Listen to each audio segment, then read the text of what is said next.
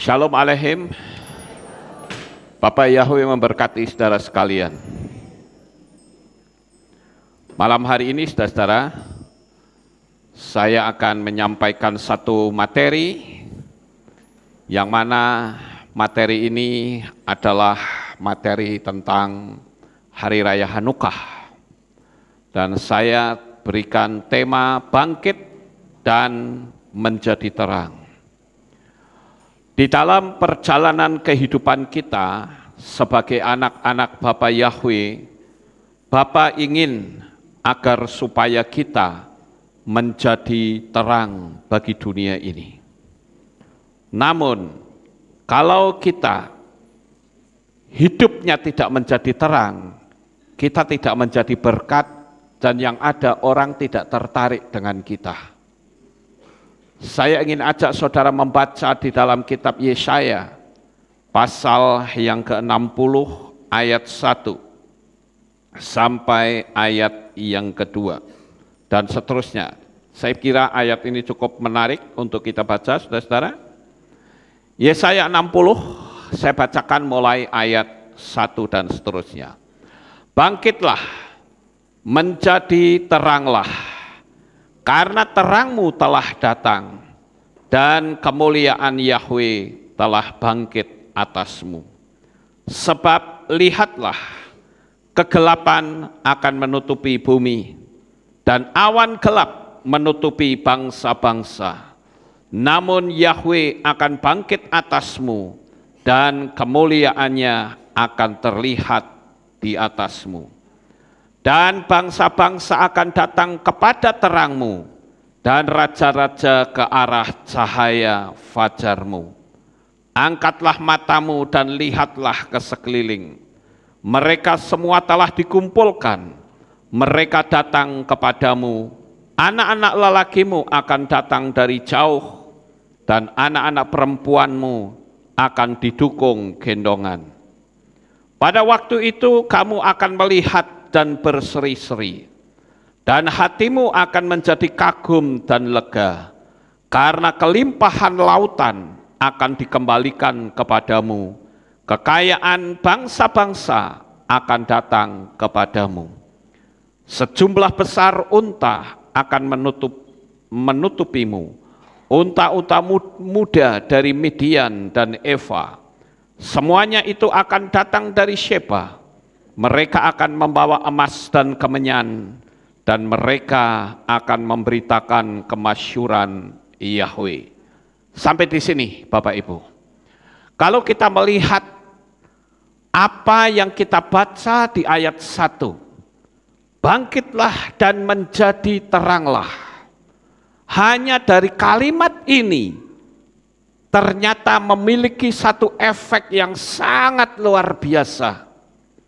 Kenapa seperti itu? Karena memang dunia ini sekarang sedang berada dalam kegelapan.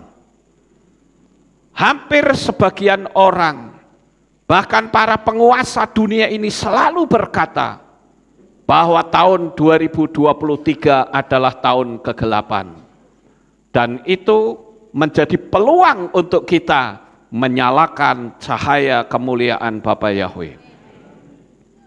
Jadi kalau ada kegelapan, berita-berita kegelapan, bukannya kita malah ketakutan ya Bapak Ibu. Karena di sini dikatakan terang Yahweh akan bangkit kepadamu. Kalau kita takut, orang bilang kegelapan, emangnya kita nggak punya terang apa? Kita kan punya terang, saudara. Justru terang yang kita miliki ini menjadi sebuah peluang besar untuk jiwa-jiwa baru datang kepada kita. Kita persembahkan kepada Bapa Yahweh. Dan bahkan kalau kita melihat dari ayat-ayat yang kita baca tadi, bahwa bangsa-bangsa akan datang kepada terangnya yang ajaib, terang yang kita miliki. Bahkan kekayaan bangsa-bangsa akan dipindahkan kepada kita. Hanya karena kita menjadi terang, efeknya sangat luar biasa. Karena memang dunia ini butuh cahaya. Tapi bagaimana kita bisa memberikan cahaya kalau kita sendiri ada dalam kegelapan? Kita seringkali melihat ada begitu banyak perpecahan gereja di mana-mana. Nggak usah bicara perpecahan gereja deh. Kita bicara grup saja, saudara. Saya mengamati grup-grup, baik itu grup WhatsApp maupun grup Telegram dan grup-grup yang lain yang seharusnya mereka itu punya grup itu semakin dekat, semakin akrab dengan Bapak Yahweh, tapi faktanya di dalam grup itu justru yang ada adalah perpecahan. Yang ada adalah pertengkaran. Orang yang ada dalam satu grup saling berusaha untuk menunjukkan kehebatan dirinya. Kemudian yang satu menyanggah, yang satu melakukan penyerangan, lalu dia bisa teriak-teriak, "Aku menjadi terang." Itu adalah sebuah kebohongan besar. Malam hari ini Bapak Ibu, kita akan melihat menjadi terang itu seperti apa. Saudara tahu nggak bagaimana murid-murid Yesua justru dalam aniaya besar malah memenangkan ribuan jiwa. Nah kita nggak ada aniaya, malah kitanya jadi bukannya orang simpatik sama kita, malah orang jadi nggak tertarik sama kita, saudara. Karena kita tidak bisa menjadi terang. Malam hari ini saya akan tunjukkan kepada saudara sekalian bagaimana murid-murid Yesua justru dalam masa aniaya itu saya menyebutnya masa kegelapan. Bukankah aniaya itu macam-macam bentuknya? Ada yang teraniaya karena ancaman masalah iman, ada aniaya yang karena ekonominya, ada aniaya karena adanya keributan dalam rumah tangga, ada aniaya karena masalah perkumpulan kita tidak sehati. Nah sekarang bagaimana caranya kita bisa memenangkan banyak jiwa justru di masa-masa kegelapan. Sangat tertarik sekali saya dengan tema yang diberikan kepada saya, bangkit dan menjadi terang. Yang pertama bangkit dulu. Anda tidak akan pernah menjadi terang tanpa saudara mengambil tekad untuk bangkit. Bangkit artinya mengambil sebuah komitmen.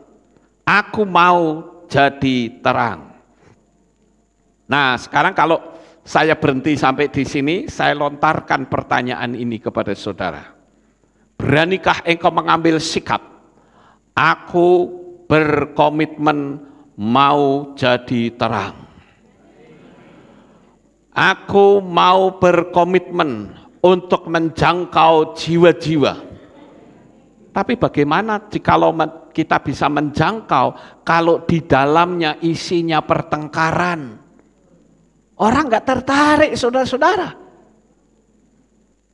Jadi saya katakan kalau menjadi terang, terutama dari diri kita sendiri. Kalau di dalam diri kita saja nggak ada terang, bagaimana mau menaburkan terang kepada yang lain? Diri kita sendiri harus jadi berkat untuk orang lain. Saya sering menemukan di berbagai grup, saya kan punya banyak grup ya saudara-saudara. Tapi isinya kalau satu memberikan pernyataan disanggah, satu lagi sanggah lagi, akhirnya yang terjadi bukan terang, bukan kesatuan, tetapi perpecahan.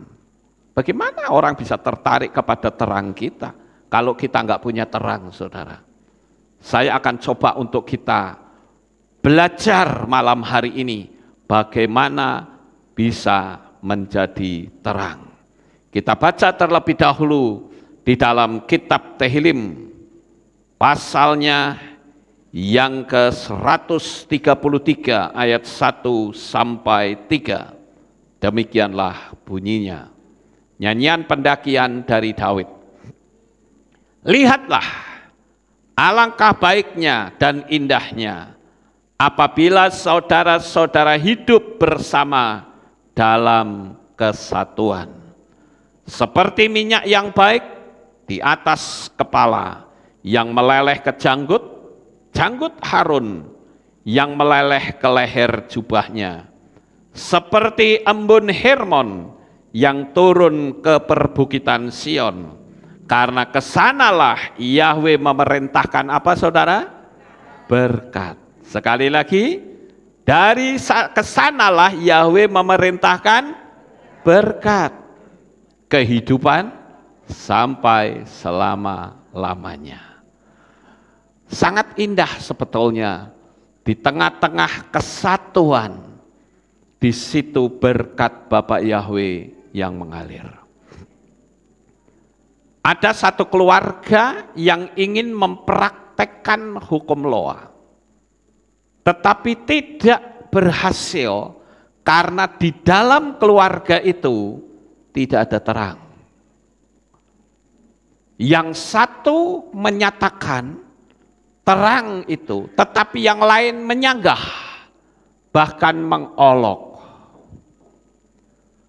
Barusan saya mendapatkan sebuah pertanyaan dari satu kehilat yang berkata begini, Pak Lukas, ini ada sebuah pertanyaan. Ada kelompok gereja-gereja yang mendatangi kami. Dia tanya, kenapa Anda tidak memakai tanda bilangan binatang itu? Loh kok bisa ditakokke? Kalau saya jawabnya gampang, kalau saya tidak mau, Anda mau apa? Gampang kan saudara? Terus tanya lagi, kenapa? Kok kehilatmu kok pakai kerudung? Lah apa haknya dia intervensi dengan kita saudara? You suka, ya silahkan kami diterima, tidak suka ya forget it, gampang sih sebetulnya. Ini kan hanya karena intervensi, nampaknya hebat, tetapi saya katakan itu pola Yunani. Ada begitu banyak orang, bahkan saya pernah mendapatkan WA dari seorang istri yang menyampaikan kepada saya mempraktekkan hukum Noa, tetapi bagaimana Pak, suami saya setiap kali saya mempraktekkan dia menghina saya, mencaci maki saya, sehingga yang ada dalam diri saya kejengkelan. Ya saya bilang, kalau masih terus seperti ini, dan Anda tidak bisa mengantisipasinya dengan baik, rumahmu bukan cahaya yang muncul, tetapi kegelapan. Terus bagaimana caranya? Abaikan saja. Tidak usah dilayani, maklumi saja karena dia tidak tahu. Tinggal dikasih tahu, tapi dikasih tahu tidak mau. Ya sudah, diamkan saja. Saya bahkan beberapa waktu yang lalu mendapatkan WA dari seseorang. Dia pengagung Bapak Yahweh tapi istrinya masih getol merayakan Natal. Dan bahkan mengancam suaminya, kalau kamu tidak mau kita bubar katanya. Wow, hebat ya saudara? Hebat, ya, hebat banget saudara. Tapi ketika diterangkan yang benar, tidak mau tahu. Jawabannya apa? Sudah dari sononya seperti itu, nggak usah diubah-ubah. Saya bilang yang mengubah itu justru kalian. Kelahiran Yesua bukan tanggal 25, tetapi Anda mengubahnya dengan seenaknya sendiri. Bagaimana rumah tangga bisa ada terang kalau seperti itu saudara? Suaminya diancam, bahkan diusir. Saya bilang ini orang katanya punya iman, aktivis gereja, tapi parah, kegelapan yang menguasainya. Tetapi di dalam kitab Tehillim ini sangat jelas. Di sana dikatakan bahwa alangkah baik dan indahnya apabila saudara-saudara hidup bersama dalam kesatuan. Kalau kita hidup dalam kesatuan, berkat akan dicurahkan kepada kita. Ini janji firman Tuhan loh. Bukan apa kata saya. Jangan sampai saudara berkata, wah itu kan omongannya Pak Lukas saja. Ya kalau saudara anggap omongan saya, coret saja ini kitab Mazmur. Karena kitab Mazmur mengatakan dengan kesatuan, maka apa yang kita pikirkan pasti terjadi. Apa yang kita mau pasti terjadi. Nah kalau hidup kita punya keinginan dan pasti terjadi, bisa kita jadi terang? Bisa, bagus saudara, bisa. Sekarang kita lihat bahwa kesehatian itu adalah sumber mujizat yang paling ditakuti oleh kuasa kegelapan, karena dia telah memiliki pengalaman ini. Saudara tahu, peristiwa Menara Babel adalah peristiwa di mana setan melakukan kesatuan. Jadi yang namanya kesatuan itu memiliki power. Apakah kesatuan yang mengarah kepada hal-hal yang baik, atau kesatuan yang mengarah kepada hal-hal yang buruk? Yang namanya kesatuan memiliki kekuatan yang besar. Sebuah pemerintahan yang sah bisa digulingkan dengan adanya kesatuan. Tapi kesatuan yang melawan pemerintah. Kalau kita melihat pengalaman di Menara Babel, saya akan bacakan ya, saudara perhatikan kalimat demi kalimat. Dan mereka berkata, perhatikan, marilah kita membangun bagi kita sebuah kota dan sebuah menara dan puncaknya di langit, dan membuat bagi kita suatu nama. Wah ini mau cari nama saudara, mau sombong. Supaya kita jangan tercerai-berai ke seluruh muka bumi. Ayat 5 perhatikan. Dan turunlah Yahweh untuk melihat kota dan menara yang telah anak-anak manusia bangun. Dan Yahweh berfirman. Perhatikan, yang berfirman siapa? Yahweh. Perhatikan baik-baik. Lihatlah, bangsa ini satu dan bahasanya pun satu untuk mereka semua. Dan inilah permulaan mereka untuk bertindak. Dan sekarang segala yang mereka mimpikan untuk melakukannya, tidak ada yang tidak terlaksana. Artinya dengan satu kesatuan, memiliki power yang besar, maka semua yang mereka pikirkan pasti terjadi. Tapi sayang sekali kesatuan ini adalah kesatuan yang berenergi negatif. Kesatuan ini adalah kesatuan untuk melawan Tuhan. Tetapi sekarang bagaimana kalau kita bersatu, membagikan kasih, sehingga kita bisa menunjukkan kepada dunia yang gelap bahwa kita semua adalah anak-anak terang. Maka apa yang kitab suci tadi kita sudah baca akan tergenapi. Kekayaan bangsa-bangsa akan datang kepada kita. Kalau kita sudah bicara masalah kekayaan bangsa-bangsa, itu berarti hasilnya super dahsyat, saudara. Karena bangsa-bangsa itu memiliki nilai mata uang yang tinggi. Kalau dia Tuhan kirimkan ke kita semua, maka yang terjadi adalah kita akan mengalami kelimpahan berkat. Bapak Ibu, jawab dengan tegas, maukah engkau menerima kelimpahan berkat? Amin. Haleluya. Kalau kita mau lakukan apa yang menjadi formatnya Tuhan. Kalau Tuhan membuat sebuah format, maka format itu tidak akan pernah berubah. Hukum ketetapan yang Bapa Yahweh miliki, yang Bapa Yahweh sodorkan kepada manusia, jikalau kita berada di dalamnya, maka yang terjadi berkat surgawi akan melimpah dalam hidup saudara, dalam keluarga saudara, dalam bisnis saudara, dalam perekonomian saudara, dalam seluruh aspek kehidupan saudara akan penuh dengan berkat. Kuncinya adalah satu, kesehatian. Itulah terang yang sebenarnya. Nggak usah jauh-jauh lah, nggak usah kita lihat negara, nggak usah kita lihat komunitas, lihat diri kita sendiri. Kita mulai dari diri kita sendiri.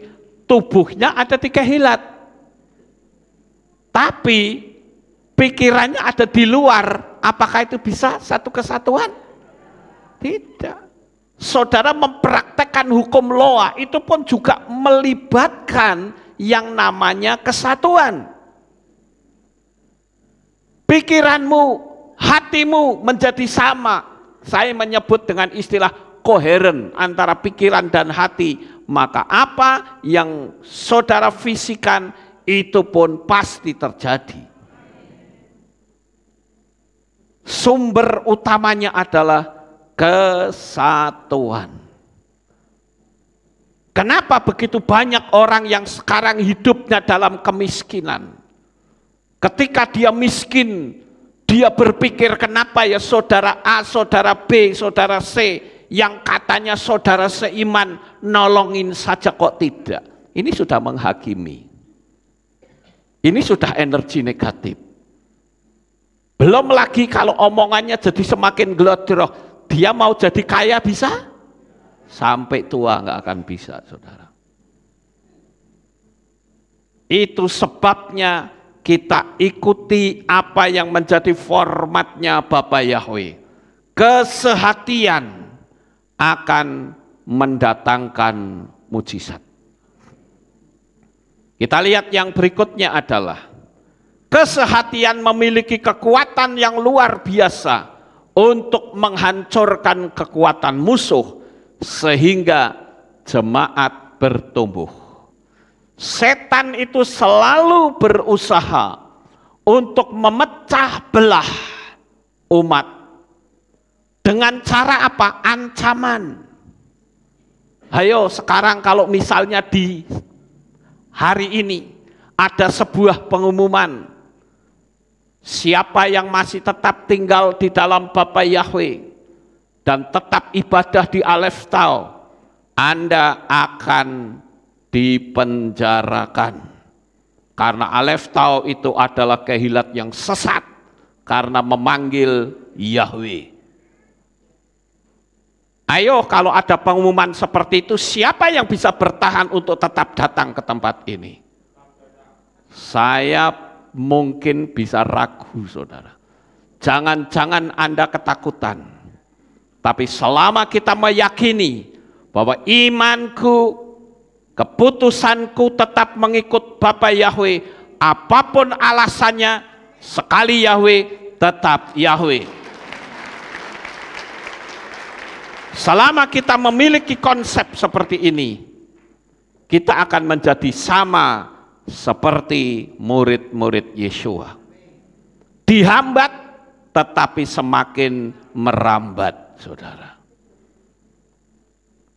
Coba saudara bayangkan, satu hal yang paling ditakuti oleh setan adalah persekutuan seperti ini.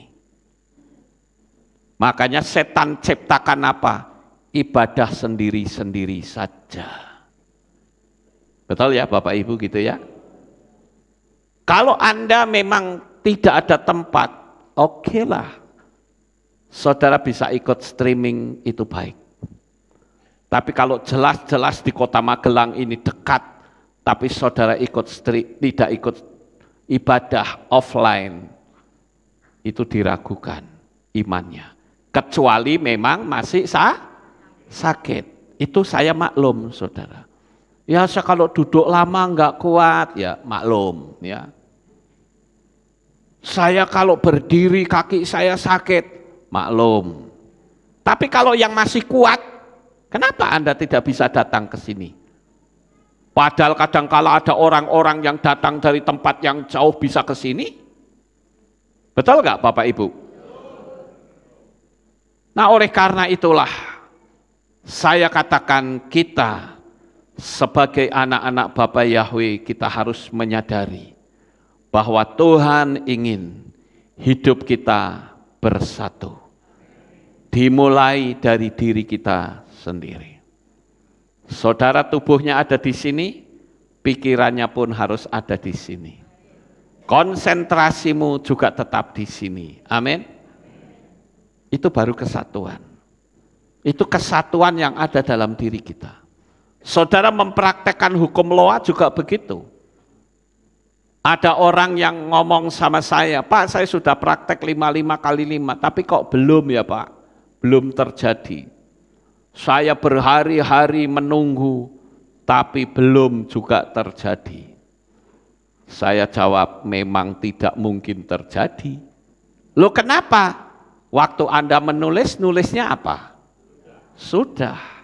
Terima kasih Bapak Yahweh, saya sudah. Tetapi pikiranmu berkata, kok belum, ya mau sampai kapan? Inilah yang dimaksud dengan kesatuan. Ketika engkau mengatakan dan menulis kata sudah, ya sudah yang ada di pikiranmu sudah. Bayangkan saja engkau sudah dapat. Ini hanya masalah waktu kok. Kesatuan itu akan memunculkan terang, memunculkan power. Yaitu kesatuan yang mengarah kepada hal-hal yang baik, itu akan muncul cahaya. Makanya saya katakan yang namanya kesatuan itu pasti punya kekuatan. Tinggal kekuatan itu mau diarahkan kemana. Murid-murid Yeshua mengalami aniaya besar. Mereka kalau ibadah resikonya diadu dengan singa. Khususnya pada masa pemerintahan Kaisar Nero. Banyak sekali orang-orang percaya yang mati karena mempertahankan kesetiaannya kepada Tuhan. Mereka dimasukkan ke kandang singa, dilepaskannya lah singa-singa kelaparan yang sengaja beberapa hari tidak diberi makan. Makanannya adalah murid-muridnya Yeshua. Tetapi sayangnya murid-murid Yeshua tetap bertahan dan dia tidak pernah takut dan lari, saudara. Mau ada aniaya seperti apapun, dia tetap setia. Sekarang ini begitu banyak orang-orang yang tidak bisa mempertahankan kesetiaannya hanya karena ancaman. Tidak bisa membeli dan menjual, ya wis nyerah saja. Toh tetap tidak bisa membeli dan menjual. Karena apa?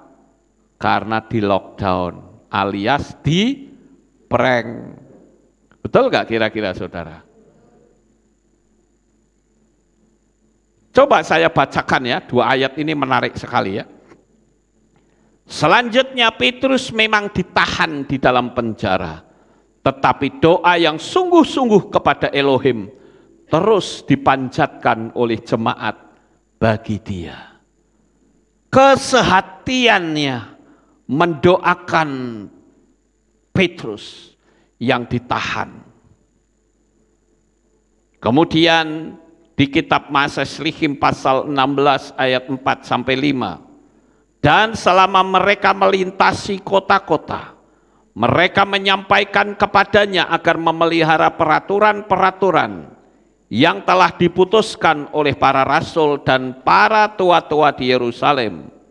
Kemudian sesungguhnya kehilat-kehilat diteguhkan dalam iman dan mereka terus berlimpah dalam jumlah setiap hari.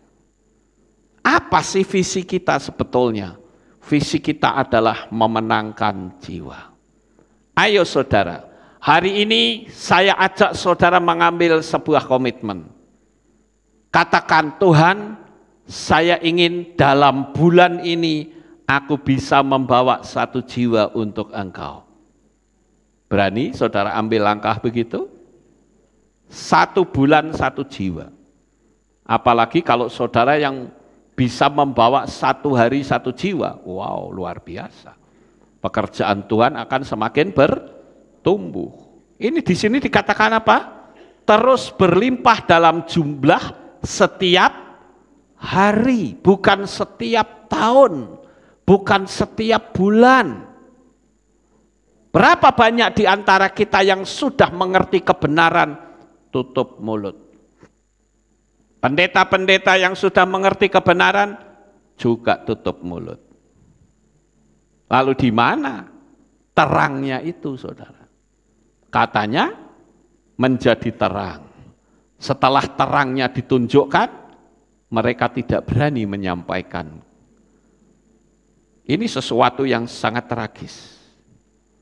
Kesatuan mendatangkan mujizat. Kesehatian dapat menunjukkan kepada dunia bahwa kita adalah murid-murid Tuhan Yesua. Yohanan 17 ayat 20 sampai 23. Dan aku memohon bukan mengenai hal-hal ini saja, tetapi juga mengenai mereka yang akan percaya kepadaku melalui perkataan mereka, supaya semua menjadi satu. Sekali lagi, supaya mereka menjadi satu, sama seperti Engkau ya Bapa, ada di dalam aku dan aku ada di dalam Engkau, agar mereka juga menjadi satu di dalam kita, sehingga dunia percaya bahwa Engkau telah mengutus aku. Dan kemuliaan yang telah Engkau berikan kepadaku, aku telah berikan kepada mereka, supaya mereka menjadi satu, sama seperti kita adalah satu. Aku di dalam mereka, dan Engkau di dalam aku, supaya mereka dapat disempurnakan menjadi satu, dan supaya dunia mengetahui bahwa Engkau telah mengutus aku dan mengasihi mereka sama seperti Engkau mengasihi aku. Mari kita belajar, kalau orang-orang di luar sana, kaum teroris, mereka nekat-nekatan melakukan bom bunuh diri, tapi kita akan melakukan bom kasih di mana-mana. Kita bisa berdoa, kita bisa minta pertolongan dari Bapa Yahweh agar jiwa-jiwa terus ditambahkan. Saya ingin baik saudara yang ada di tempat ini maupun saudara yang ikut streaming kami, berdoalah supaya banyak jiwa-jiwa baru menerima Bapa Yahweh dan bisa bersekutu bersama-sama. Bapak Ibu saudaraku yang terkasih, kita harus mengenali cara setan menghancurkan kesehatian. Ini kita yang mesti tahu, saudara-saudara. Nah, caranya bagaimana? Pertama, dia menggoda terlebih dahulu. Ya, keputusan itu ada dalam diri kita loh. Setan itu hanya bisa menggoda, tetapi yang membuat keputusan bukan setan. Tapi keputusan itu kita yang mengambil, kita yang melakukannya. Sehingga setelah menggoda, kita akhirnya karena kita terima godaannya, maka kita jatuh dalam dosa. Setelah kita jatuh dalam dosa, apa yang dia lakukan? Dia ingin agar kita terikat. Setelah kita terikat, disitulah setan terus menuduh kepada kita. Kamu orang berdosa, enggak layak di hadapan Tuhan. Percuma, kamu ibadah juga enggak ada artinya. Bukankah saya sering dengar ya, ada suami istri, kalau bertengkar, karena istrinya sudah di dalam Tuhan, sudah mengenal Bapak Yahweh, suaminya menggunakan cara seperti ini, si setan ini, dengan menuduh berkata, katanya kamu percaya Bapak Yahweh, punya kasih, kok begitu? Enggak usah ibadahlah, percuma kamu. Enggak layak, kamu orang yang berdosa. Tuduhannya seperti itu. Ini adalah cara licik dari setan. Setelah itu apa yang terjadi? Ketika setan terus menuduh dan kita mendengar, maka akibatnya kita merasa jauh dari Tuhan. Kalau kita sudah merasa jauh, ya sudah akhirnya kita binasa. Ini yang sering dilakukan oleh setan sehingga dia ada dalam lingkaran ini, saudara. Tinggal kita sekarang ada di posisi yang mana? Apakah kita sampai di posisi kita yang terikat? Apakah kita sedang berada di posisi yang setan sedang menuduh? Tinggal kita kembalikan saja mundur kepada langkah awal. Sehingga kehidupan kita menjadi berkenan di hadapan Tuhan. Setan juga memiliki banyak cara. Cara-cara yang setan lakukan ini yang harus kita sikapi. Coba saat saudara melihat presentasi saya ini, kita renungkan pada diri kita masing-masing. Apakah betul dalam presentasi ini itu ternyata adalah saya? Atau saya sudah lepas dari itu? Yang pertama, dengan menggunakan ucapan. Saudaraku yang terkasih, di dalam 2 Timotius 2 ayat 17 dikatakan, dan perkataan mereka akan mengalami penyebaran bagaikan kanker. Di antara mereka ada Himeneus dan Filetus. Perkataan yang tidak baik itu akan menjadi kanker. Ada begitu banyak orang yang seringkali bercerita kepada saya, Pak Lukas tahu enggak, kalau si A itu begini. Saya hanya berkata, oh ya, gitu toh. Itu hanya sampai di saya saja, saudara. Saya tidak mungkin saya berkata kepada si A yang dituduhkan, kamu dengar enggak? Si A itu tadi ngomong sama saya loh, katanya kok kamu begini-begini. Itu artinya kita mengadu, saudara. Dan ini bukannya menjadi semakin baik, menjadi semakin runyam. Jadikan dirimu sebagai tong sampah. Saya senang jadi tong sampah, saudara. Orang yang mengeluh, orang yang merasa dipecundangi oleh orang lain, bahkan orangnya yang saya kenal pun, saya tidak akan pernah melakukan pengaduan. Kamu tahu nggak? Si A kok ngomong begini-begini? Oh itu jahat sekali. Jadi kacau, saudara. Kita harus mau jadi tong sampah. Biarkan mereka buang segala kekotoran kepada kita. Lalu yang kita lakukan apa? Forget it, lupakan. Itu sangat mudah sekali, saudara. Melalui ucapan seseorang, terutama gosip. Yang namanya gosip itu berarti berita yang belum terbukti kebenarannya. itu akan menjadi seperti kanker, saudara. Kalau kanker sudah masuk dalam tubuh manusia, dia bisa menyebar kemana-mana. Oleh karena itu mari kita jaga, kita sikapi diri kita agar kita menjadi orang yang jauh lebih baik, agar hidup kita menjadi semakin diberkati oleh Bapak Yahweh. Amin, Bapak Ibu. Jadi pertama adalah jaga hati, jaga ucapan. Saudara ingin jadi terang, lakukan ini, saudara. Jangan gosip, sebarluaskan juga, sehingga kita terkenal menjadi telepon gendong. Kita menjadi mulut ember. Tahu mulut ember? Mulut ember mulutnya besar, ya toh? Atau orang nyebutnya lambe turah. Lambe turah itu artinya orang yang kelebihan bibir. Ngomong melulu, saudara. Panjang mulut juga bisa, ya. Bukan mulutnya panjang kayak bebek, bukan itu, saudara. Tapi itu istilah panjang mulut itu ngomong jelek-jelekin orang ini itu, akhirnya apa? Ketika kita juga ikut menjelekkan, dia bisa membocorkan kepada orang lain. Kita yang rugi. Ketika ada seseorang bilang, Pak Lukas tahu nggak? Orang ini ngomong begini sama Pak Lukas. Oh ya? Oh saya juga begini. Wah kita ikut cerita. Tidak boleh, saudara.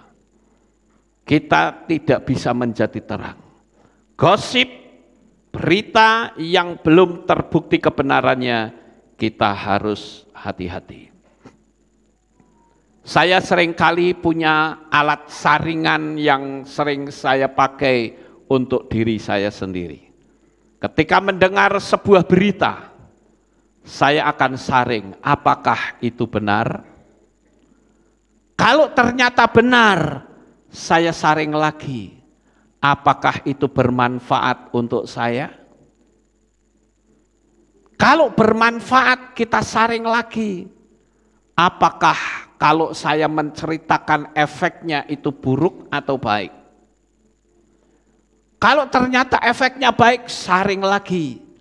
Apakah sudah cukup waktu aku menyampaikannya? Dengan saringan-saringan yang ada pada diri kita, kita akan semakin berhati-hati dalam kita melangkah.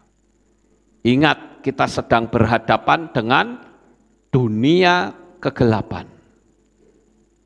Jangan sampai kehidupan kita tidak menjadi terang. Misalnya ada seseorang yang menceritakan hal yang buruk kepada saya pun, saya tidak akan cerita kepada istri saya. Dan dia pun tidak tanya sama saya. Kami sudah punya komitmen, saudara. Karena kalau saya cerita kepadanya, maka kalau istri saya ketemu dengan orangnya, dia pasti akan canggung. Betul enggak, Bapak Ibu? Artinya cerita saya menciptakan kecanggungan dan saya salah di hadapan Tuhan. Kalau memang itu benar, sudah untuk diri sendiri saja. Kita doakan orangnya. Kalau kita bersedia, kita hampiri orangnya, kasih nasihat yang baik-baik. Itu namanya menjadi terang. Kemudian yang berikutnya, bergurau yang berlebihan. Tanpa tahu siapa yang kita ajak bicara. Kadangkala kita bergurau, tetapi tidak pakai kesopanan. Saya seringkali melihat orang-orang yang bertengkar hanya karena bergurau. Seringkali saya lihat ini, saudara. Jadi kalau kita bergurau juga harus hati-hati. Ada gurauan yang juga membawa bahaya. Saya melihat tayangan video pendek dan ini kisah nyata. Ada seorang teman yang waktu itu akan menakut-nakuti temannya. Dia sembunyi di rumahnya. Dia membawa pisau, pakai topeng. Kemudian ketika temannya pulang, begitu dia nengok ke belakang, dia siap dengan pisaunya. Orang ini lari ke depan. Dan waktu lari kebetulan ada mobil dengan kecepatan tinggi, nabrak, brak, mati. Ini adalah gurauan yang berlebihan, saudara. Akibatnya mati. Hati-hati kita. Dan kalau saudara lihat di YouTube ada banyak sekali orang-orang yang bergurau, berlebihan yang mendatangkan kematian. Saya melihat ada seorang anak yang sedang main game. Temannya tiba-tiba datang dan kepalanya dipelintir, jerek, langsung dik, putus sininya, saudara. Mati juga. Gurauan yang tidak pada tempatnya. Saya dulu masih kecil, saya melihat ada seorang yang ketika mau duduk, kursinya ditarik. Begitu dia jatuh, brak, matanya buta. Gurauan yang berlebihan mendatangkan bencana. Hati-hati, saudara. Apakah bisa jadi terang kalau seperti itu? Tidak bisa. Ya. Kemudian yang berikutnya, memfitnah dengan kata-kata yang keji. Hati-hati, jangan sampai kita memfitnah. Berapa banyak orang-orang yang memfitnah untuk supaya namanya menjadi terkenal. Fitnahan yang paling keji adalah ketika saya mendengar itu LS. LS itu siapa? Lukas Sutresno, pemuja Lucifer katanya. Loh, kalau saya pemuja Lucifer terus saya ini memujanya di mana ya? Wong ruangan ini ya penuh. Saya di kamar di ini ya nggak ada tempat pemujaan. Di mana saya memujanya dan kapan, saudara? Ternyata dengan berjalannya waktu, orang yang mengatakan pemuja Lucifer, dia sendiri yang mengakui, akulah Lucifer. Nah lo, ya. Makanya saya katakan kita menjadi terang, jangan kita percaya. Saya pernah diceritain ada sebuah persekutuan. Ya, tadinya persekutuan itu cukup banyak, saudara. Tetapi pemimpin persekutuan itu diberitahu karena dia nonton video dari channel sebelah. Dikatakan, Pak, hati-hati lo dengan Pak Lukas, dia pemuja Lucifer lo. Saya mas sekarang nggak mau lagi nonton videonya Pak Lukas katanya. Lah orangnya ini dia bilang, loh saya dengan Pak Lukas itu dekat, saya tahu gaya hidupnya, saya tahu polanya, saya juga sering ke rumahnya. Ah, Bapak itu belain saja, wes karepmu lah katanya, saudara. Dan orang itu betul-betul tidak mau menerima Yahweh. Karena apa? Karena senang dengan channel sebelah yang menuduh-nuduh Pak Lukas pemuja Lucifer sambil menari-nari pakai tisu. Ya. Parah memang. Dan saya ingin kita sebagai manusia jangan mudah memfitnah. Lah tahu kenal saya saja tidak kok. Dari mana Anda tahu? Oh dari penglihatan katanya. Waduh. Kalau Anda percaya dengan penglihatan saya pemuja Lucifer, habis saudara. Saudara akan ikut kesalahan yang fatal. Jadi jangan kita gampang memfitnah. Saudara sebagai pemfitnah sama saja saudara tidak hidup di dalam terang. Kemudian melalui perbedaan pendapat. Saudara pikir murid-murid tidak beda pendapat? Beda. Kalau saudara baca di dalam Lukas 22 ayat 24. Dan terjadilah juga pertengkaran di antara mereka. Siapa dari mereka yang merasa menjadi lebih besar? Ini ceritanya murid-murid Yesua ini lagi gerumbungan, saudara. Gerumbungan tahu? Masih andar. Apa itu? Kongko-kongko. Ya, masih kumpul bareng. Ayo nanti kira-kira nih ya teman-teman semua, siapa yang terbesar nanti di sorga? Pasti saya. Enggak, kamu enggak seperti saya. Saya coba kalau Yesua tanya, ayo siapa yang paling bisa menjawab? Saya. Yang lain bilang, oh enggak bisa kamu itu orangnya temperamen. Saya ini loh, seringkali bersandar di dadanya Yesua, saya pasti yang lebih tinggi. Lalu mereka ribut, saudara-saudara. Maka di sini dikatakan terjadilah juga pertengkaran di antara mereka. Saya pernah membaca di dalam teks bahasa Yunani, kata pertengkaran itu ditulis dengan kalimat filonika. Filonika itu bukan cuman bertengkar mulut, tapi sampai mau adu jotos. Karena masing-masing ingin aku yang paling tinggi, aku yang paling bisa duduk bersama dengan Tuhan di sorga. Tapi Yesus katakan, kalau kamu ingin menjadi yang tertinggi di dunia ini, kamu harus menjadi yang paling rendah. Kebalik ya saudara. Nah, oleh karena itu, bagaimana jikalau kita punya perbedaan pendapat? Saya mengamati di dalam grup-grup dimanapun, selalu pemicu pertengkaran itu dari perbedaan pendapat. Ya kalau beda pendapat ya sudah, kita kasih tahu wajib. Tapi kalau mereka menolak, ya udah lebih baik kita diam, lebih aman. Betul ya Bapak Ibu? Sehingga menghindari pertengkaran. Ayo kita sama-sama belajar untuk kita bisa memaklumi orang lain. Sama seperti gambar ini saudara. Yang satu ngomong, oh ini angka 6. Yang satunya lagi ngomong, gak bisa ini angka 9. Ribut akhirnya. Padahal mereka berdua melihat angka yang sama, tapi dilihat dari sudut pandang yang berbeda. Ini kita mesti cermati ya saudara.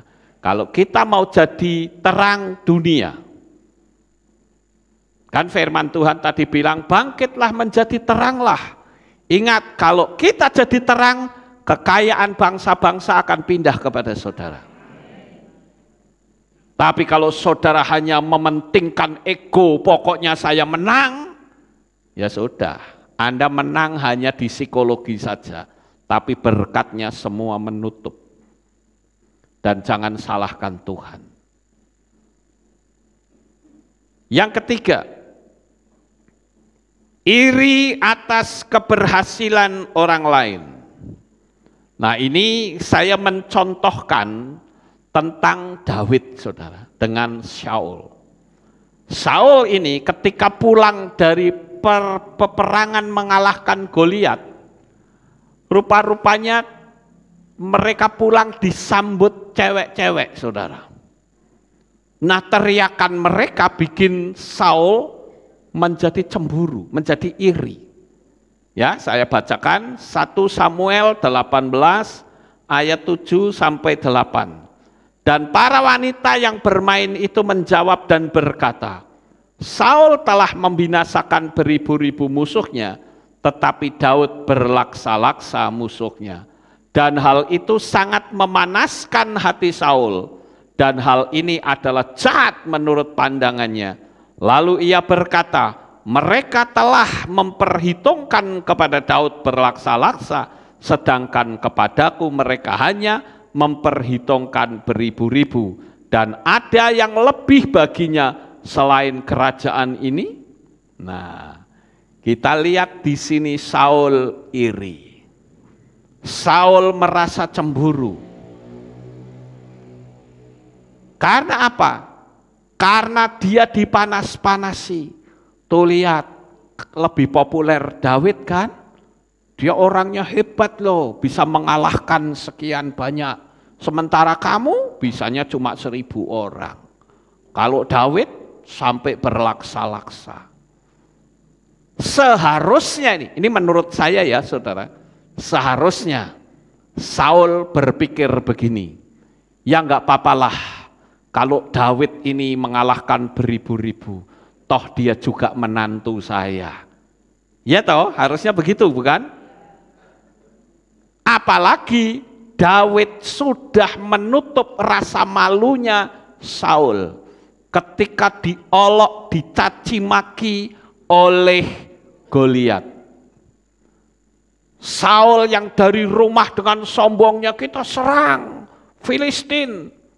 Begitu sampai dalam pertempuran, dia lihat, wow, kok musuhnya gede banget, tinggi besar. Mana bisa aku menang? Langsung mengkeret kayak tikus kejebur got, saudara. Dia tidak bisa berbuat apa-apa. Seluruh bangsa Israel bahkan tidak ada yang berani melawan. Daud sudah diremehkan, tetapi toh dia mau melawan. Dan ketika Daud menang, seharusnya Saul berkata, aku berterima kasih kepadamu. Kenapa? Karena engkau sekarang menjadi menantuku. Karena waktu itu kan Saul membuat sayembara. Siapa yang bisa memenangkan makhluk satu ini? Kalau dia laki-laki, tak jadekno menantu saya, tak kasih anak saya yang namanya Mikal. Dan ternyata Daud menang. Harusnya Saul bangga bukan? Wah hebat ya menantu saya, pinter ngalahke, berlaksa-laksa. Kan tidak mungkin menantunya bisa menjegal kerajaannya Saul. Tetapi ketakutannya lah justru membuat dirinya ditolak oleh Tuhan. Padahal Daud itu sudah merendah terus, dikejar-kejar terus. Orang yang iri hati memang seperti itu, saudara. Tingkah lakunya menyakitkan. Ini yang saya katakan kita mesti berhati-hati di dalam kita menjalani hidup ini. Kalau saudara ingin jadi terang, jangan pernah iri. Orang kadang cerita sama saya, Pak Lukas itu si A itu loh, wah hebat dia bisa membangun gereja begini-begini. Dulu ya, saya nggak pernah iri saudara. Saya hanya berkata ya mungkin dia berkatnya sudah sampai. Ya, jadi ya syukurlah saya ikut senang. Karena akan tiba saatnya nanti giliranku yang membangun. Kan gitu saudara. Nggak usah kita iri hati lalu kita cari tahu dapat sumber dananya dari mana. Nggak perlu. Kita hanya yakin saja kepada Tuhan. Bahwa Bapak Yahweh bisa sanggup memberkati kita dengan cara apapun. Makanya kalau saudara lihat di channel Lukas Sutrisno maupun channel Kehilat Aleftau, tidak pernah saya cantumkan nomor rekening. Saudara boleh lihat itu channel-channel perdebatan. Lihat deskripsinya, pasti ada nomor rekening. Jika engkau tergerak, silahkan menabur di nomor ini. Saya tidak, saudara. Saya bukanmu sombong, tetapi saya percaya kalau itu sudah berkatnya, Tuhan bisa pakai si A, si B, si C untuk tolongin saya tanpa saya harus minta-minta ke sana kemari. Haleluya. Karena saya percaya, apalagi kita sedang punya proyek besar. Apakah itu proyek milik saya? No. Itu adalah proyeknya Bapak Yahweh. Kita tinggal meyakini saja. Saudara nggak akan pernah ketemu nomor rekening saya cantumkan di situ, tidak. Karena saya tahu bahwa itu namanya minta alus-alusan. Kalau memang ada orang yang digerakkan hatinya untuk membantu pekerjaan Tuhan di sini, dia akan hubungi saya. Itu saja gampang bukan saudara? Ngapain kita mesti pamer-pamer nomor rekening segala? Orang mau saya kasih, kalau enggak tergerak tidak usah, jangan, no problem. Saya pun juga tidak akan lalu berkata, orang ini kok enggak mau sih bantuin saya? Tidak. Itu bukan ranah saya. Ranah saya adalah berdoa, visi dan misi Tuhan supaya bisa terwujud. Dan doa saya, tiap-tiap hari saya selalu angkat tangan dan katakan, Bapa berkati umatmu di Kehilat Aleph Tau ini. Berkati umat-umatmu yang menjadi subscriber kami. Saya selalu berdoa begitu loh, tiap-tiap malam saudara. Karena saya tahu tiap-tiap hari Tuhan tambahkan subscriber yang baru. Sekalipun seharusnya saya mendapatkan silver plate button, tapi dianggap tidak layak karena saya sering ngucrek-ngucrek NWO. Ya sudah, tidak apa-apa. Yang penting saya bisa memberitakan firman Tuhan. Ya Bapak Ibu, dan saya tidak akan protes, kenapa kok kamu tidak? Enggak, loh memang platformnya itu milik mereka kok. Ngapain kita pusing saudara, yang penting saya bisa menyampaikan firman Tuhan. Orang yang ada di berbagai belahan dunia bisa mengakses Kehilat kita, mumpung waktunya masih bisa, kan begitu ya? Karena akan tiba saatnya nanti tidak akan bisa mengakses Kehilat ini. Kapan waktunya? Nggak tahu. Tapi yang jelas kita mendekatkan diri kepada Tuhan. Jikalau waktunya sudah tiba, Yesua datang kembali, maka kita akan menyongsong Tuhan di awan-awan yang permai. Haleluya. Jadi tidak perlu kita iri atas keberhasilan orang lain. Tidak perlu, saudara. Saya tidak pernah iri hati lalu saya cari tahu begini, enggak. Ya memang itu berkatnya orang itu, ya kita syukurilah. Saya ikut senang. Karena apa? Dengan saya ikut senang, setidak-tidaknya energi berkat itu akan berpindah kepada saya. Paham Bapak Ibu? Ini konsep hukum loa.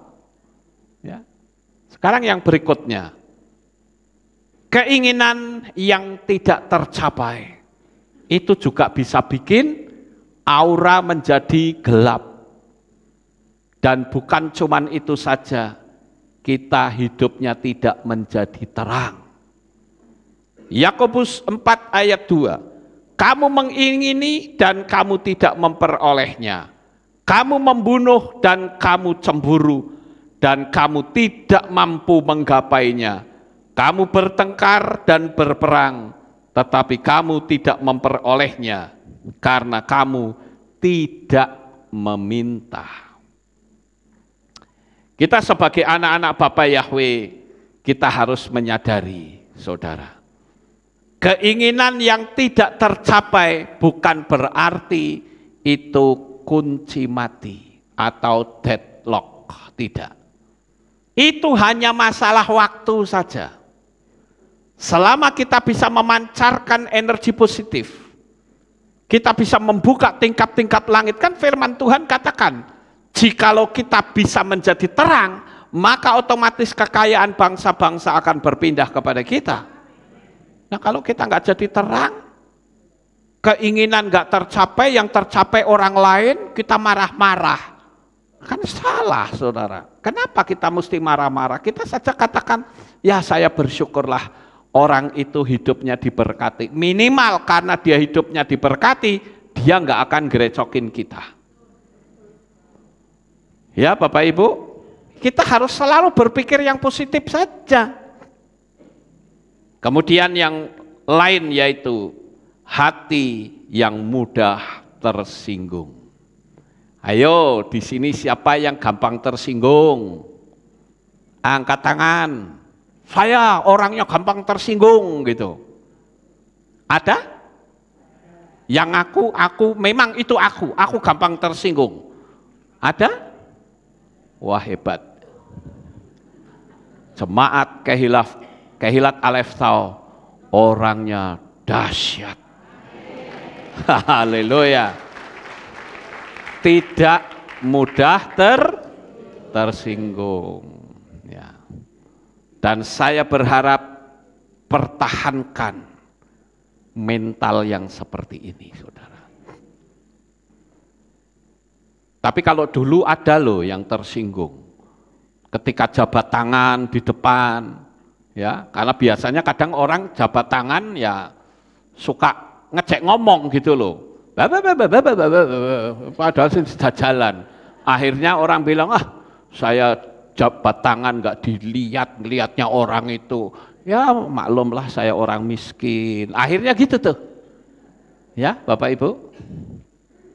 Makanya kalau mau ngajak ngomong nanti. Kalau sudah selesai, tunggu saya di pastori. Daripada ngajak ngomong, kan saya kalau nggak ngajak ngomong kan nggak mungkin saya abaikan, saya mesti ngomong sambil jabat tangan. Tapi ini kan jalan terus. Iya toh?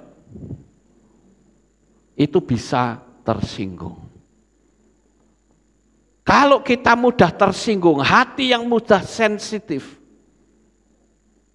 itu akan membuat kita masuk ke dunia energi negatif.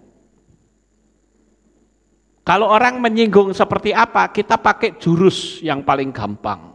Emang gua pikirin. Ya.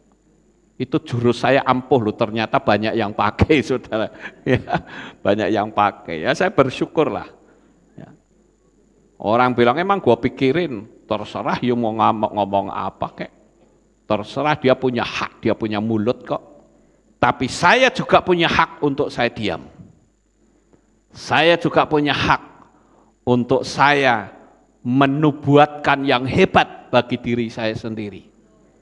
Saya kasih tahu ya saudara, ketika engkau merasa harga dirimu diinjak oleh orang lain, itu sebetulnya alam supranatural saudara sedang terbuka dengan lebar. Ketika engkau disinggung oleh orang lain dan hatimu terasa sakit, itu sebetulnya adalah critical area sedang lengah. Yang paling gampang apa saudara? Nubuatkan yang besar bagi diri sendiri. Dan apa yang engkau nubuatkan dengan hati yang tulus, pasti terjadi. Haleluya. Ya boleh beri tepuk tangan, puji Tuhan. Kemudian yang berikutnya, hati yang mudah tersinggung, sekarang lebih lagi, ucapan yang mengandung kutuk. Kadangkala kita kalau ngomong ngutukin orang lain, bahaya saudara. Apalagi saya sudah mengajarkan, siapapun yang mengutuk, kembalikan saja kutukan itu kepada pemiliknya, maka kutukan itu akan menimpa diri orang itu sendiri. Amin. Jadi jangan ngutuk. Karena kalau saudara ngutuk, orang itu ngerti teori ini, kutukanmu dibalik ke kena diri sendiri. Ada sebuah pepatah, lebih baik nyalakan lilin daripada mengutuk kegelapan. Kalau saudara menyalakan lilin, otomatis kegelapan itu akan tersingkir, saudara. Nggak perlu ngutukin, ngamuk-ngamuk kebun binatang keluar semua. Ada di sini nggak kira-kira jemaat kalau ngomong, kalau marah kebun binatangnya keluar? Ada?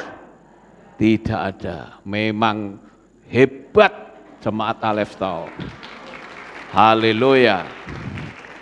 Tapi harapan saya bukan tidak ada yang ngaku.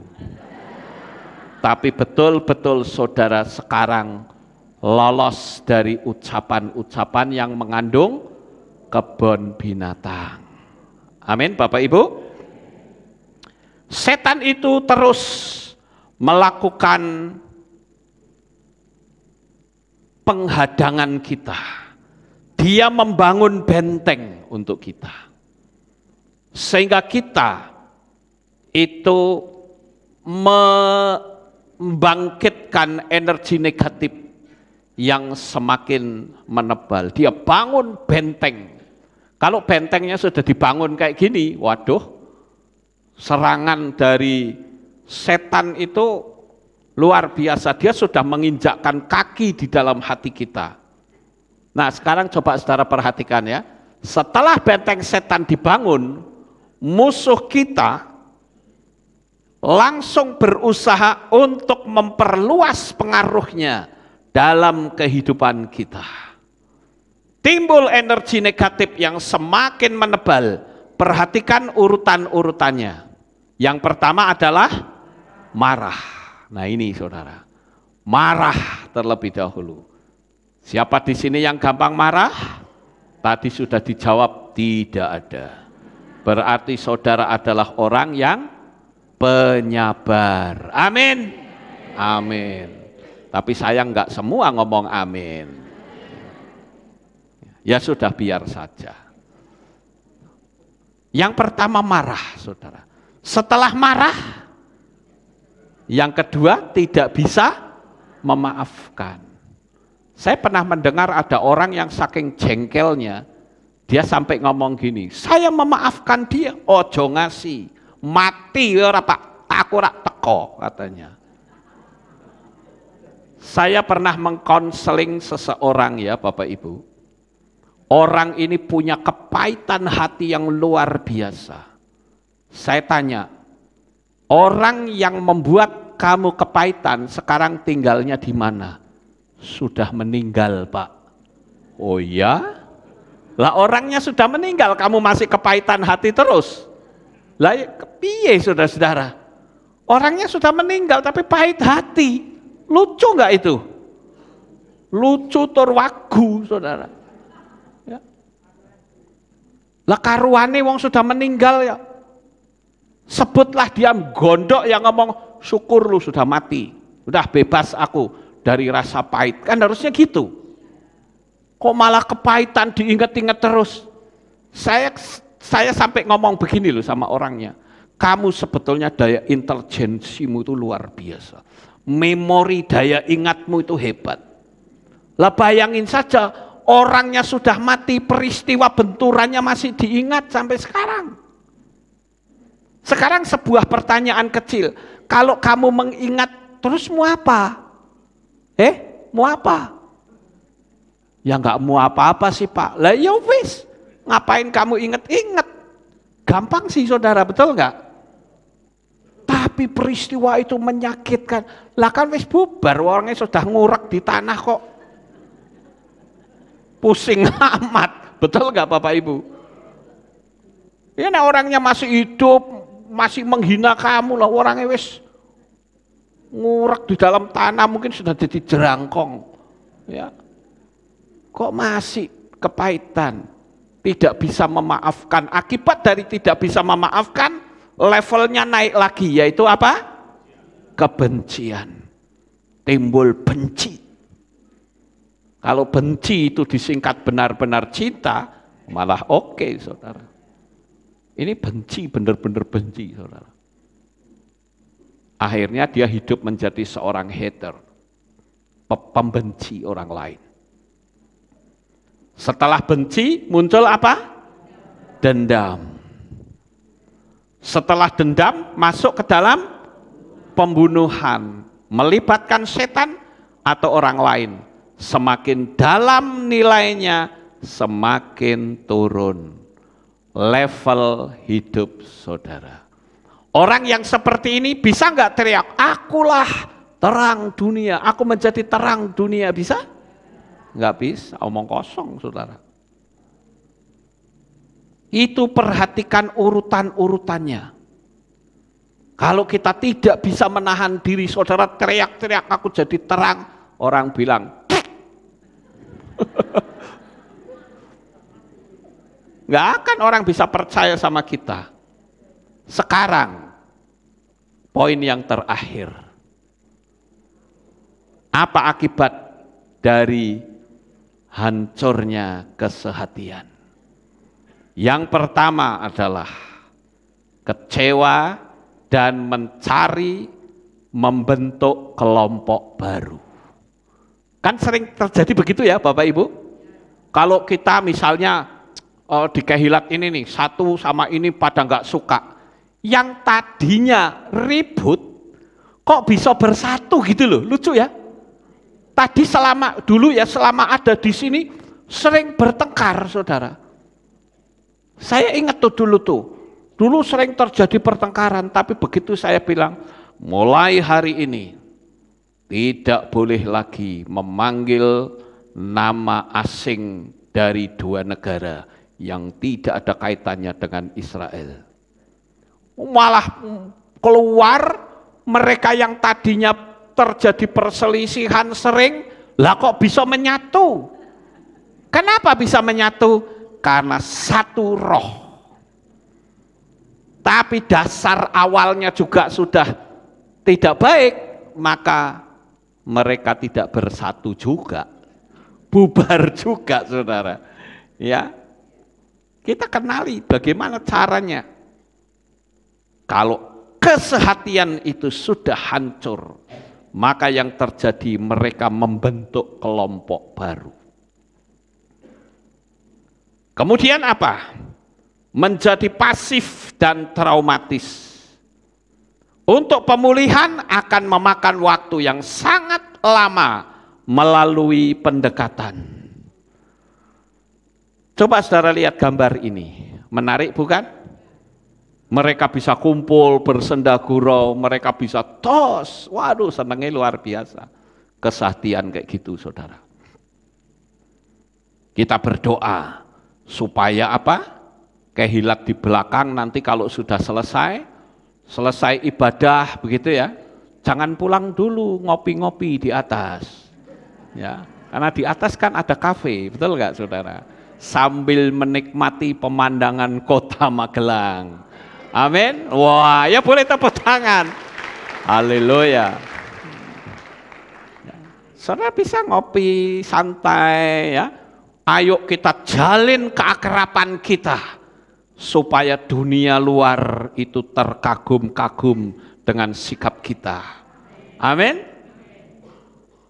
Saya dulu waktu masuk Magelang susah loh saudara. Wes jemaat sidik, ya, cuman 8 orang. Begitu selesai ibadah amin bubar semua. Saya teluk-teluk sendirian kayak di penjara. Waktu itu kan istri saya belum datang, anak saya belum datang. Saya sendirian delis saudara. Begitu sudah amin, brung hilang, saudara. Loh iya betul, sendirian. Masih bagus nek ada yang orang deket, orang Magelang datengin saya, enggak. Setan yang deketin saudara. Karena Kehilat, dulu kan saya nyebutnya gereja dulu itu isinya setan tok, saudara. Betul, banyak setan. Tapi setannya sudah saya pindah ke sini. Tapi begitu saya pindah sini tak suruh balik lagi saudara, setannya. Ya, ya memang betul. Ya, cuman kalau yang dahulu ikut saya entah di sini yang masih hidup siapa ya? Ya, pasti. Oh ya Tantelan ya, Tantelan itu termasuk jemaat yang setia. Ya, mereka atau Tantelan ini lihat bagaimana penderitaan pelayanan saya.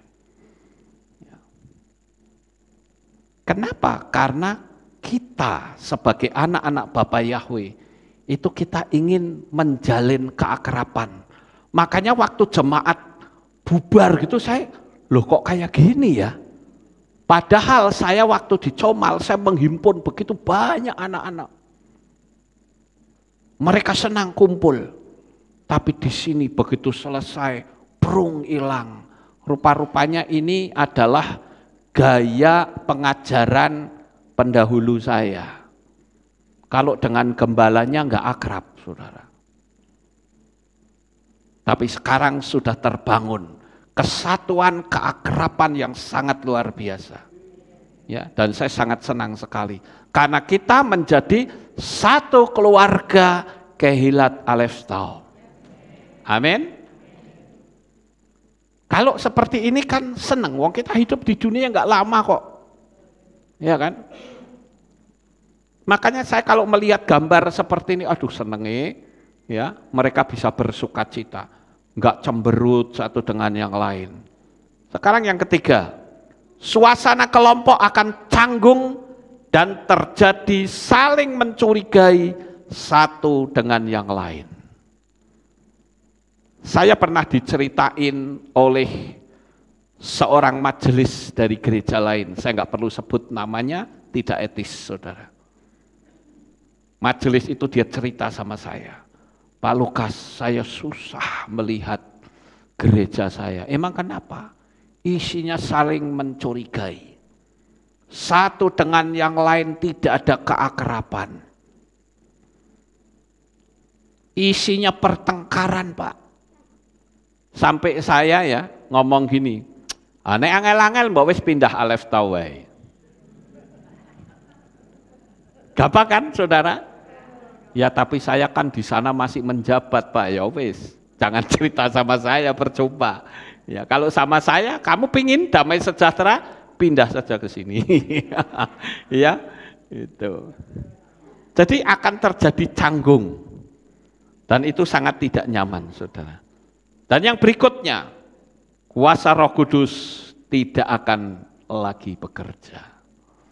Padahal kuasa Roh Kudus itu adalah kuasa yang maha dahsyat dari Bapa Yahweh. Karena dengan Roh Kudus maka tidak ada yang namanya kemustahilan. Kalau Roh Kudus berkuasa atas diri kita, yang terjadi adalah hal-hal yang spektakuler. Lihat saja di kitab Shoftim atau Hakim-Hakim. Maka berkuasalah roh Yahweh atas Simson. Nah kalau sudah ada kalimat itu belakangnya pasti hebat saudara. Mulut singa dicabik-cabik, pintu gerbang diangkat, ekor serigala diikat dengan obor, dilepaskan di ladang gandum, 1000 orang Filistin dikalahkan. Hal itu bisa terjadi karena Roh Kudus berkuasa atas diri kita. Kalau roh setan yang berkuasa, maka hidupmu menjadi gelap. Yang kelima, kebinasaan sudah menghadang di depan kehidupannya, membuka jalan bagi setan untuk menyerang kita. Ayo, hati-hati saudara, kebinasaan akan menyerang kita. Masih bisa bertahan? Masih panjang loh ini ternyata saudara. Ya saya percepat saudara. Yang berikutnya, kekecewaan seseorang adalah peluang setan untuk menawarkan diri, memberikan jasa-jasanya yang sebetulnya setan tidak pernah memberi jasa dengan cara gratis.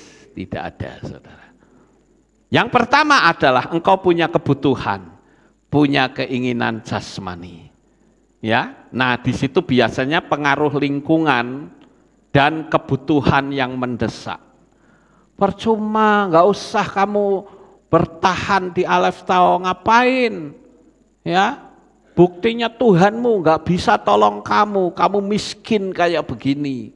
Udahlah ikut saya saja. Nah itu bujukan saudara. Kemudian setelah itu orang mulai memakai kuasa gaib.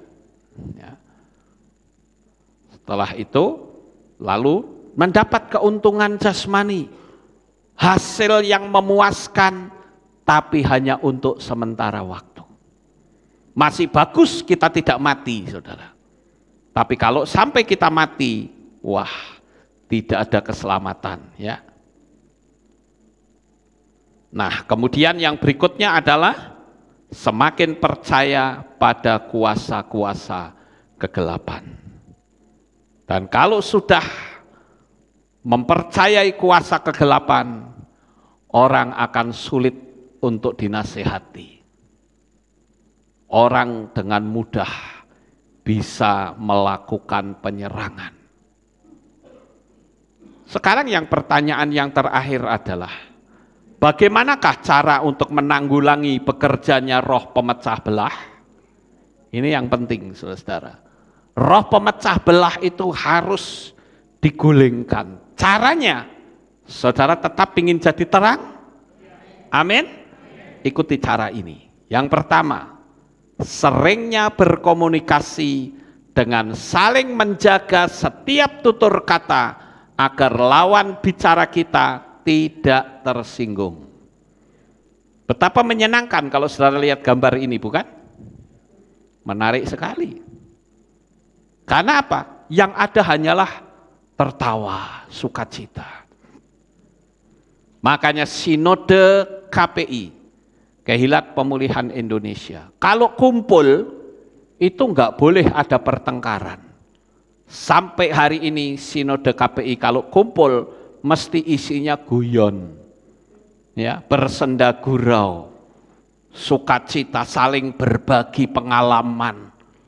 Bukannya gontok-gontokan, rebutan. Maka di Sinode KPI enggak ada pemilihan ketua sinode, enggak ada. Sekarang sudah diputuskan gembala sinode seumur hidup, bahkan sampai Tuhan Yesus datang katanya. Dan itu bukan permintaan saya loh. Saya sudah lontarkan kepada floor kalau saudara yang ikut Sinode KPI.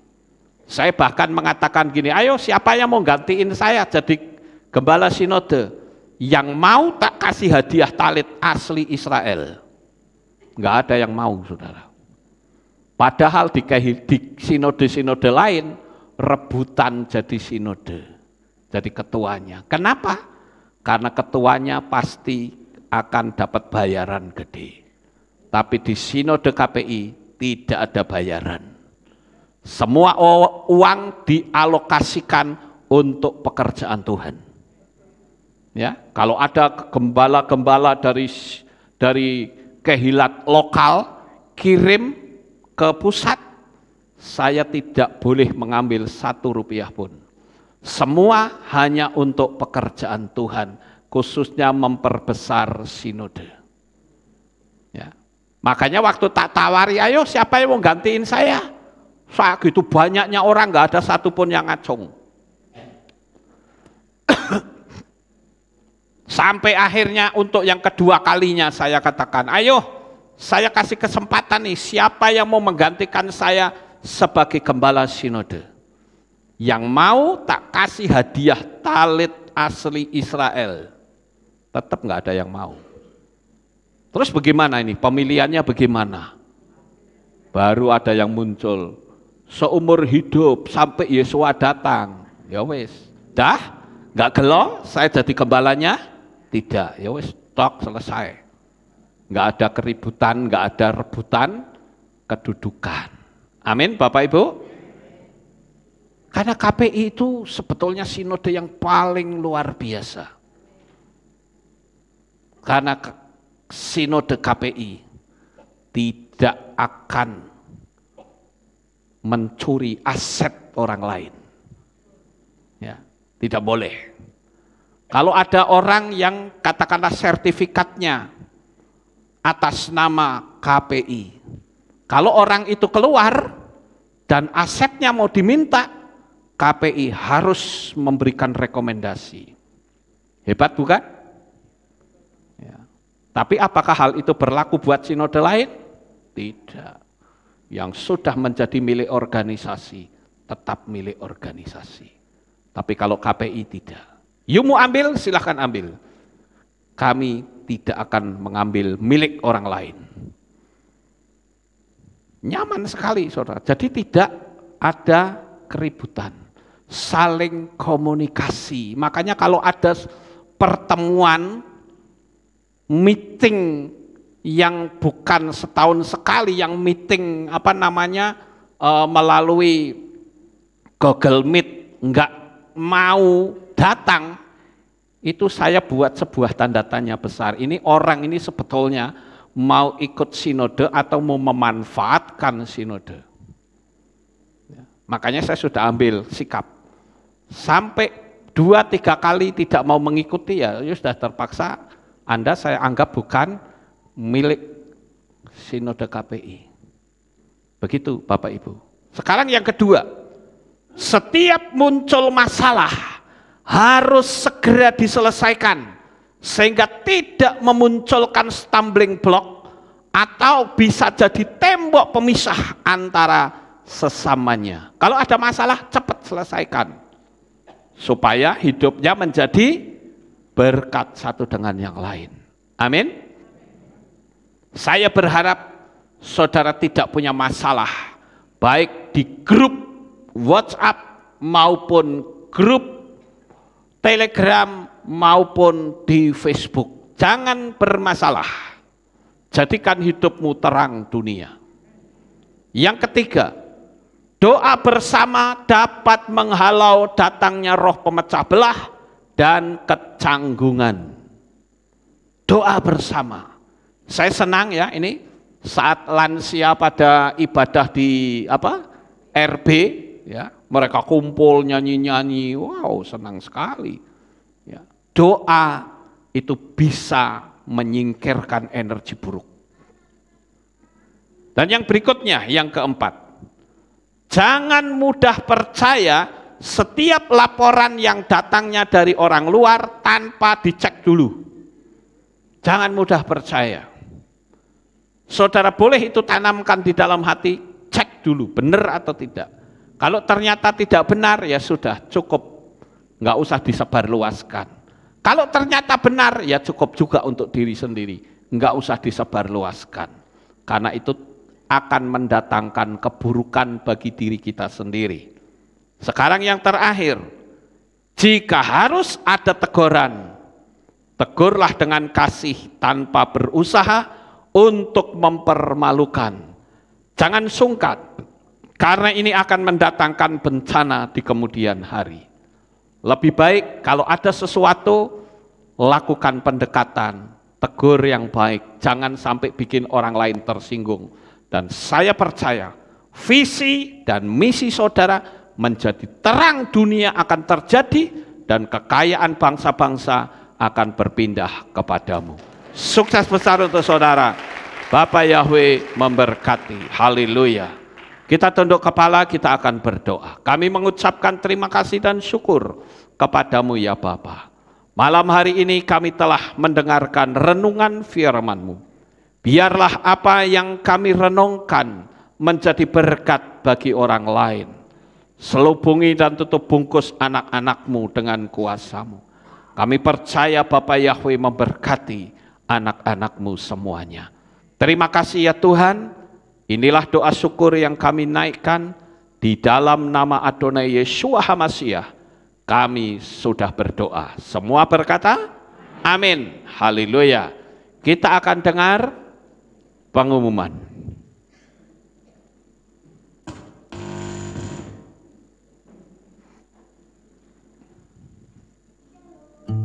Shalom, berjumpa kembali dalam Aleph Tau Update News. Berikut kami sampaikan pengumuman minggu ini. Berita Lelayu, telah pulang ke rumah Bapak Yahweh, Bapak Setiono PW, dalam usia 60 tahun, meninggal pada hari Rabu 14 Desember 2022 pukul 11.00 WIB dan telah dimakamkan pada hari Jumat 16 Desember 2022 pukul 9.30 WIB di TPU Giriloyo, Magelang. Info Warta Jemaat. Berdasarkan keputusan pengurus mengenai Warta Jemaat, diputuskan bahwa Warta Jemaat cetak akan dikurangi menjadi 100 eksemplar saja di setiap edisinya untuk ikut serta dalam program Go Green dan mengoptimalkan layanan online. Untuk itu, bagi Bapak, Ibu, Saudara yang menggunakan handphone, dimohon untuk tidak mengambil warta, tetapi bisa membacanya melalui file PDF yang akan dibagikan di grup Kehilat. Warta Jemaat versi cetak akan dioptimalkan untuk jemaat yang tidak menggunakan handphone. Atas nama pengurus, kami memohon maaf apabila selama ini ada jemaat yang tidak mendapatkan warta karena pengurangan jumlah cetakan dan belum mendapatkan informasi. Info ibadah raya. Kami mengundang seluruh pelayan Tuhan untuk hadir dalam doa dan pujian penyembahan dengan tema Tehillah la Yahweh yang diadakan pada hari Sabtu 31 Desember 2022 pukul 6 sore di Kehilat. Serta akan diadakan juga acara tukar kado senilai Rp10.000 berupa barang bebas dan perjamuan kasih. Untuk itu, saudara dapat membawa kado berbungkus koran dan juga makanan ringan untuk dinikmati bersama. Ibadah awal tahun 2023 akan dilaksanakan pada hari Minggu 1 Januari 2023 pukul 6 pagi dan 5 sore seperti biasa, dan akan dibuka sesi kesaksian. Bagi jemaat yang rindu untuk bersaksi, dapat mendaftar di kantor Kehilat paling lambat pada hari Rabu 28 Desember 2022 dengan durasi kesaksian 5 menit. Bagi jemaat luar kota atau subscriber yang ingin membagikan kesaksiannya pada ibadah awal tahun, dapat menghubungi Ibu Sri di nomor 0896 7447 9997. Jemaat subscriber dapat mengirimkan file video pada alamat email lukassutrisno1@gmail.com dengan ketentuan sebagai berikut. 1. Video yang dikirim berformat MP4. 2. Video yang dikirim berupa video landscape 16:9. 3. Suara terdengar jelas. 4. Resolusi video Full HD. 5. Durasi kesaksian kurang lebih 5 menit dan video ditunggu paling lambat pada hari Rabu 28 Desember 2022, dan bagi jemaat yang videonya tidak ditayangkan saat ibadah akan diunggah di channel Kehilat Aleph Tau atau Lukas Sutrisno. Demikian pengumuman minggu ini. Sukses besar bagi saudara. Bapa Yahweh memberkati. Untuk kesaksian ya, supaya saudara konfirmasi ke tadi ya, tempatnya nomornya Sri ya, supaya saya tahu saudara. Karena kalau enggak nanti enggak tahu lagi, sudah kirim enggak keambil ya. Jadi saudara perlu konfirmasi, kasih tahu kami sudah kirim kesaksian gitu, jadi nanti bisa diambil. Gitu ya Bapak Ibu, khususnya bagi saudara yang ada di luar kota dan di luar negeri. Terima kasih, Bapak Yahweh memberkati. Ada acara lagi? Enggak ada, kita akan akhiri kebaktian kita. Saya mengundang jemaat Tuhan kita bangkit berdiri, kita tutup dalam doa. Terima kasih Bapak Yahweh, selesai sudah ibadah kami dari awal, pertengahan sampai pada akhirnya. Sebentar lagi anak-anak-Mu akan kembali pulang ke rumah mereka masing-masing. Jaga lindungi peliharakan mereka sampai di rumah dengan selamat. Pertemukan kembali pada jam-jam ibadah mendatang di dalam ikatan tali kasih-Mu. Terima kasih Tuhan, berkatilah anak-anak-Mu dimanapun mereka berada. Kami percaya pada hari ini, di perayaan Hanukah ini, kami betul-betul menjadi terang dunia. Terima kasih Bapa, di dalam nama Adonai Yeshua HaMashiach, kami sudah berdoa. Mari kita angkat tangan kita dan kita akan menerima berkat Kohanim. Haleluya. Yefare keka Yahweh wa yishmereka.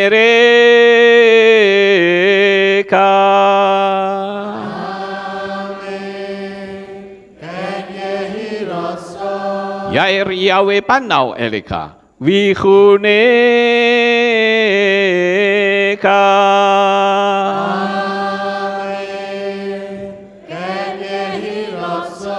Yesa Yahweh panau eleka wa yashem leka shalom.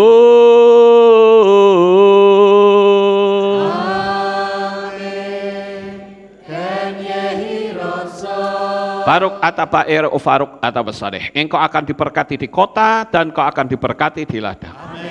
Baruk peripit neka ufriat matka ufrifahem teka syikar alapeka wa esterojoneka. Diberkatilah buah kandunganmu, diberkati hasil bumimu, diberkati hasil ternakmu, anak-anak lembumu dan anak-anak dombamu. Baruk tan akau misyartika, diberkatilah bakulmu dan tempat adonanmu.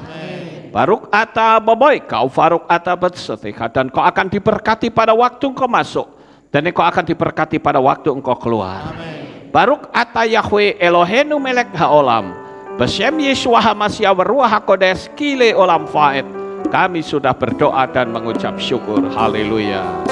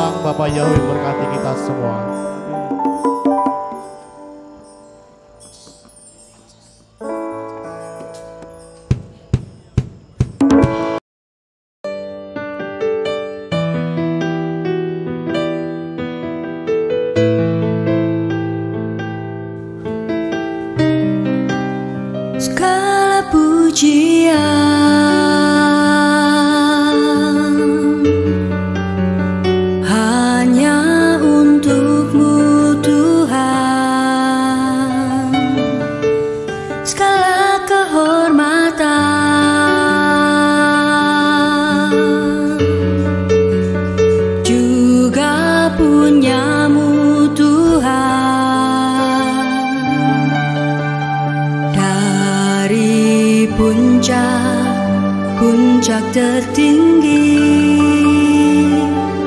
sampai lembah terlandai, semua karya kasih cintamu, sujud menyembah Sang Maha Pencipta.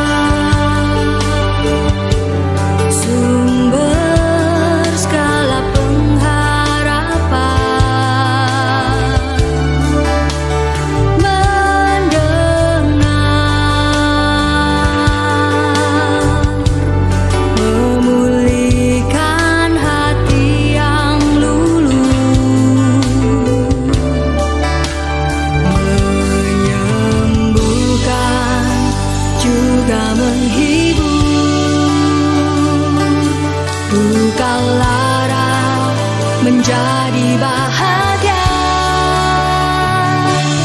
agar semua diberkatinya,